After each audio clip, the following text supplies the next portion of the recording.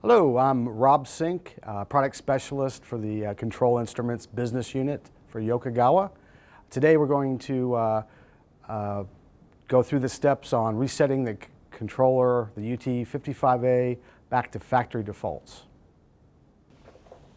There are a couple of reasons why you may want to revert the controller back to factory defaults. You may be using the controller for a different process and you need to start from scratch and go in and reconfigure the controller.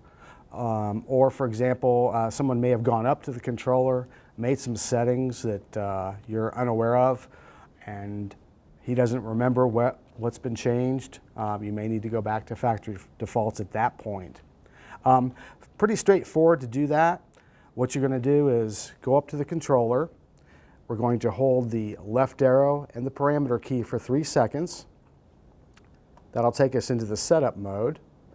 We need to go to the Set M level menu. So we're going to do that by hitting the left arrow key until that pops up. We need to now go into that menu. So by pushing the Set Enter button, we'll go into that menu. What we're doing here, by default, the controller comes up in a standard parameter format. We need to actually go into the Pro parameter format to be able to initialize the controller. So this is our current level, standard. We'll push the Set Enter button. Your standard, the STD parameter will flash. Push the up arrow key to change that to Pro. Hit Enter. And now you'll see Pro lit up on the screen here. Now that this is finished, push the parameter key. That'll back us up a level in the menu. And we need to go to the initialization menu. So keep pushing the left arrow button until you see Set M Init, I-N-I-T. We need to go into that menu, so push Enter. The first parameter that comes up is UDEF or UDEF. That stands for User Defaults.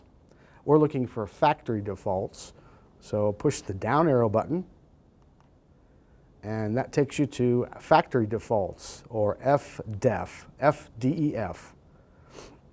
The default setting is 0, and we need to put in, basically this is a password to initialize the controller. The value is -1, 2, 3, 4, 5. So to enter that, push the Enter button. Your 0 will flash. Push the left arrow button. Keep doing that until you have 5 zeros across the screen. The leftmost 0 will be flashing. To change that to a 1, press your down arrow button. And what you're seeing here, it looks like the right side of an H, but that stands for -1. Hit the right arrow button and we'll cursor over to the next character. We need to change that to a 2, so push the down arrow button and change that value. Do the same with the next character. Hit the right arrow button to shift over. Hit the down arrow button. Since this is a negative number, we need to go down to make that number larger. So we're changing that to a 3.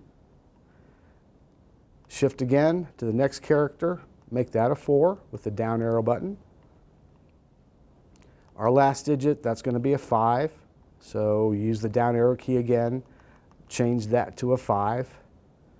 So now we've got the factory default initialization password in there, -1, 2, 3, 4, 5. Once you've got that entered, hit the Enter key. The controller will blink a couple times, go off, it'll cycle power to itself, initialize all the parameters, and it will put you back into what we call the quick start mode so you can configure your controller for a different application. Thanks for viewing this video.